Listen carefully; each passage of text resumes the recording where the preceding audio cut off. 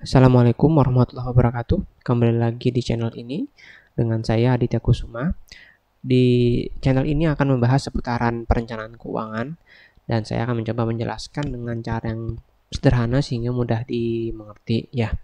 Pada kesempatan kali ini saya akan mencoba untuk sedikit memaparkan atau sharing tentang perencanaan keuangan dan siklus kehidupan. Nah, apa sih siklus kehidupan itu? Siklus kehidupan itu merupakan tahapan atau fase kehidupan manusia yang dimulai dari kelahiran hingga nanti kematian ya. Biasanya di siklus kehidupan atau tahap kehidupan manusia itu kalau berdasarkan modul FVSB itu dibagi menjadi beberapa siklus ya. Ada masa anak-anak, masa lajang, masa menikah atau masa menjadi orang tua, masa tua awal, masa awal pensiun, dan terakhir adalah masa pensiun.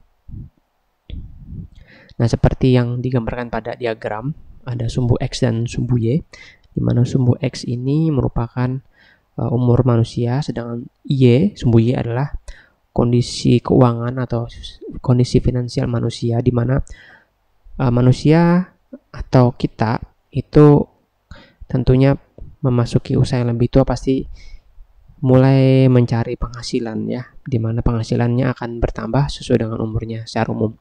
Nah, selama manusia hidup ya, kita harus memenuhi segala macam kebutuhan kita tentunya.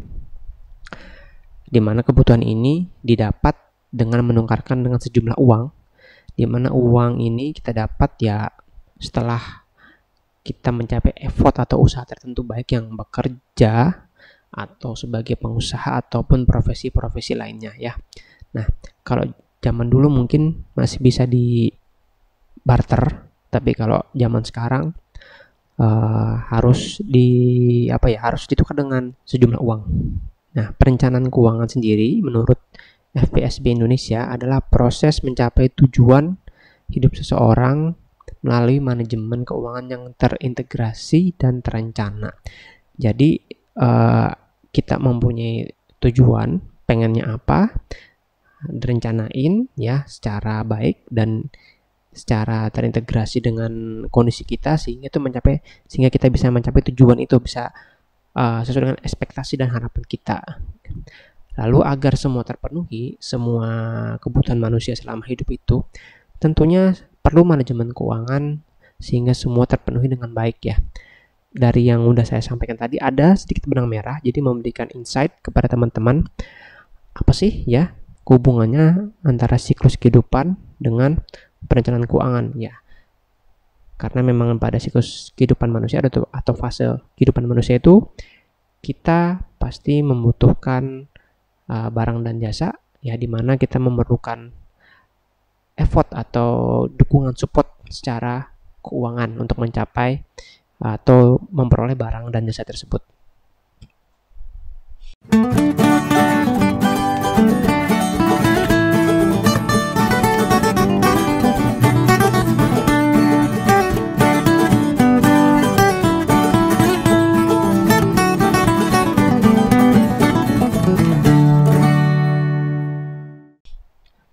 Oke, selanjutnya saya akan menjabarkan tentang siklus-siklus atau fase-fase kehidupan manusia ya.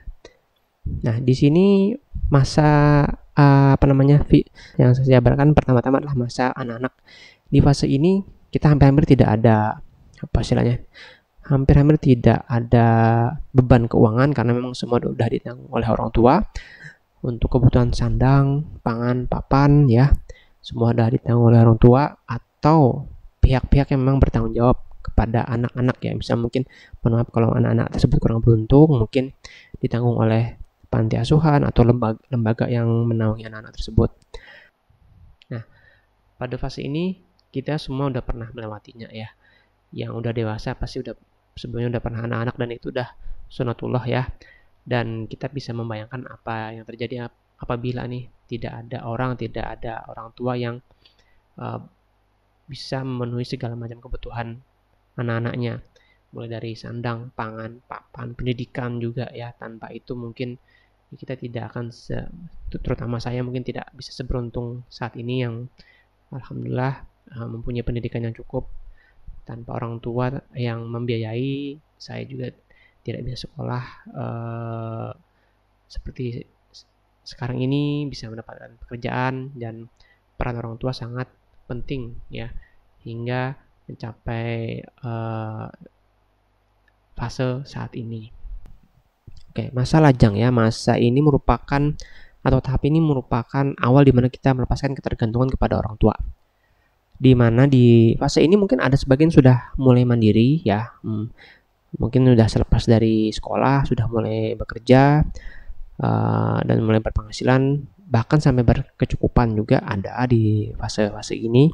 Masa lajang ini mungkin setelah kuliah atau setelah SMA ada yang mulai bekerja gitu. Di sini udah saatnya kita untuk merencanakan keuangan dan karena kita udah mempunyai penghasilan sendiri, jadi memang sudah harus mengatur keuangan. Nah, di sini udah saatnya belajar menabung, berinvestasi. Biasanya udah mulai ada yang pengen fancy stuff, pengen beli kendaraan, pengen beli HP dan lain-lain. Nah, silahkan tentukan tujuan keuangan Anda di fase ini ya, di fase ini. Karena biasanya banyak yang ingin dicapai, tapi tetap harus ada yang diprioritaskan di fase ini. Nah, pada siklus ini, sebagian dari kita ada yang mempersiapkan pernikahan juga.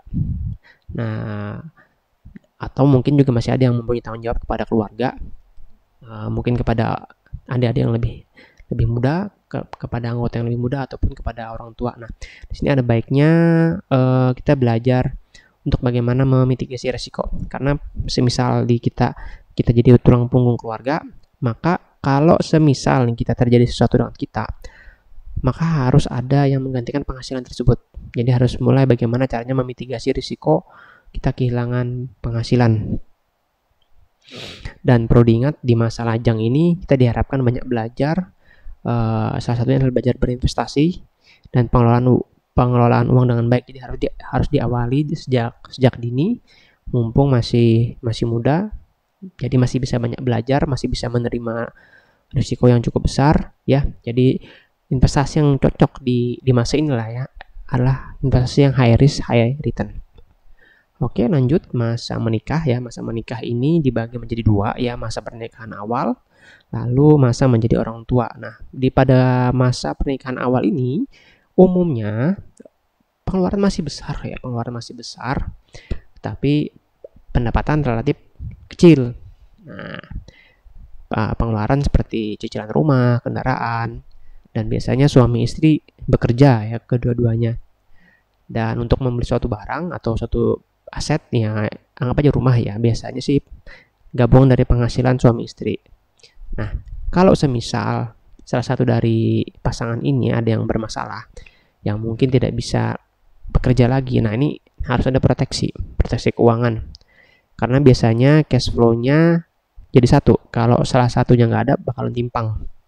Apalagi kalau cuma mengandalin, misalnya menikah cuma suami doang yang bekerja. Kalau suaminya, mohon maaf, terjadi musibah dan ternyata tidak bisa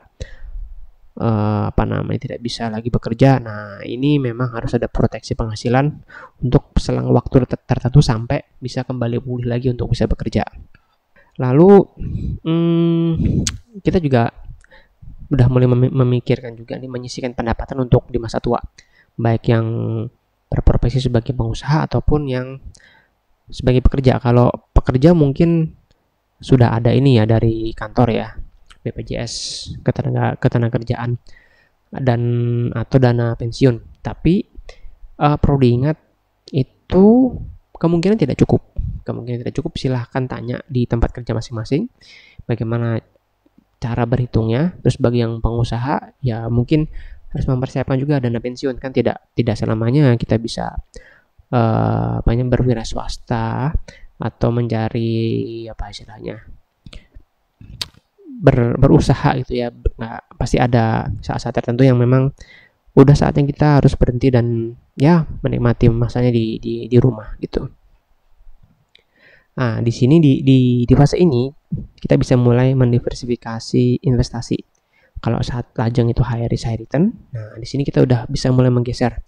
yang agak sedikit turun risikonya. Jadi udah mulai low risk gitu. Misalnya kalau dulu full saham investasi kita bisa mulai membeli misalnya obligasi atau misalnya ori ya atau sukuk ya, terserah.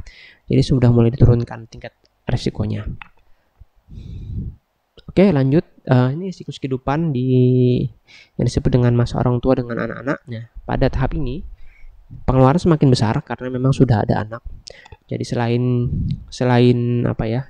Selain kebutuhan sehari-hari juga harus memikirin ini anak-anak nanti gimana pendidikannya gitu. Oh ya, juga pada fase ini juga ada sedikit dilema ya. Kalau misalnya ibu-ibu yang dulunya bekerja lalu punya anak, pasti dilema nih, mau tetap bekerja lalu menyewa pengasuh atau berhenti bekerja dan mengasuh anak.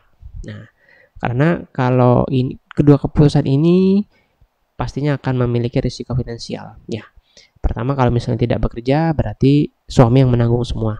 Kalau misalnya mengasuh yang misalnya tetap bekerja namun anak diasuh oleh orang lain berarti harus membayar pengasuh.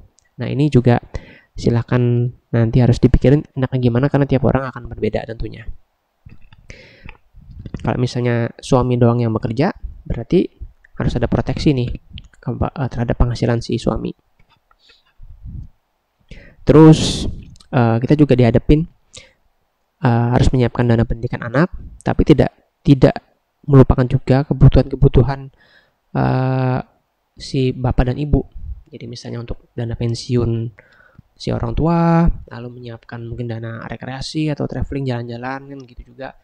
Lalu misalnya mungkin kalau ada yang ingin haji mempersiapkan dana haji kan gitu, lalu juga harus ada mempersiapkan investasi buat di hari tua. Terus yang terakhir adalah dana darurat, dan ini juga penting banget nih. Intinya sih kita perlu keseimbangan keuangan pada fase ini dan fase ini. Mungkin ada sebagian dari kita akan mengalami kesulitan keuangan.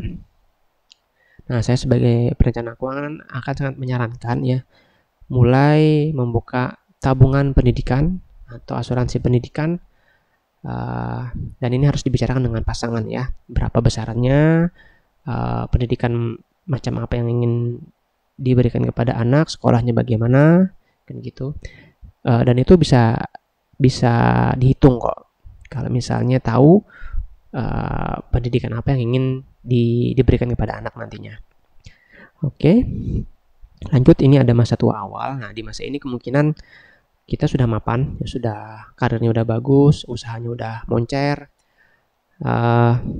Udah saatnya itu kita untuk menambah investasi atau mendiversifikasikan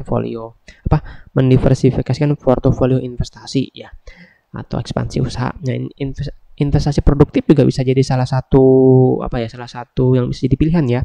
Investasi produktif ini seperti misalnya punya rumah kos-kosan, kontrakan, toko ya. Umumnya sih kayak teman-teman bapak saya itu ya punya kos-kosan, punya kontrakan di awal-awal udah mau pensiun kayak gitu. Jadi pada saat udah pensiun, mereka sudah ada aliran dana, sudah ada cash in ya di pada saat pensiun. Tidak melulu menerima pensiun dari tempat bekerja. Oh ya, kalau misalnya punya KPR ataupun cicilannya lain, segera lunasin ya, karena udah menjelang pensiun gitu. Kita tidak ingin memberatkan keuangan kita di masa pensiun. Oh ya, satu hal lagi nih, kalau yang punya dana pensiun coba dihitung apakah nanti itu cukup nanti untuk membiayai di masa pensiun. Oke, lanjut di masa pensiun. Nah, di fase ini umumnya sudah tidak lagi produktif untuk bekerja ya. Sudah tidak lagi produktif ya karena memang udah umurnya gitu, memang udah saatnya istirahat. Nah, udah di fase-fase ini ya tinggal mengandalkan dana pensiun aja sama investasi yang sudah dilakukan, misalnya investasi aset produktif ya, contohnya gitu.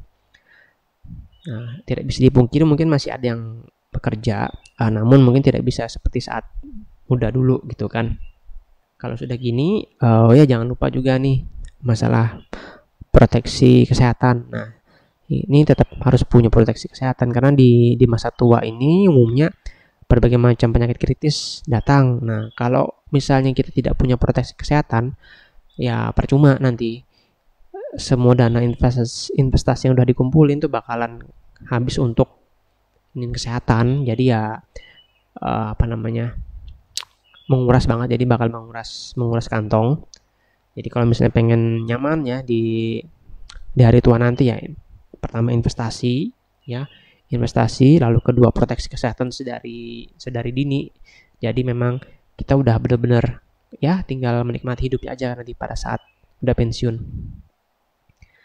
Oke ya, jadi kesimpulan dari yang sudah saya sampaikan ya dari siklus atau fase-fase kehidupan ini, yang pertama adalah pastinya di tiap fase atau tiap kehidupan itu ada kebutuhan yang berbeda, kebutuhan barang, kebutuhan finansial yang berbeda. Jadi kita tetap harus disupport sama finansial di fase-fase itu, dan tiap orang akan berbeda. Dan yang tadi udah saya jelaskan tadi itu secara general aja ya gitu ya. Lalu kita harus belajar mengantisipasi risiko segala macam yang akan terjadi ya di tiap-tiap siklus. Jadi memang harus ada perencanaan keuangan yang baik di tiap-tiap fase. Ya, oke, mungkin itu aja untuk video kali ini. Apabila ada yang ingin disampaikan atau di komen, silahkan di kolom komentar di bawah ini ya. Kalau ada yang pengen berbagi pengalaman, monggo silahkan ya. Lalu sebelum mengakhiri video ini, jangan lupa untuk like, komen, dan share. Dan jangan lupa untuk subscribe channel ini. Dan yang terakhir adalah terima kasih. Wassalamualaikum warahmatullahi wabarakatuh.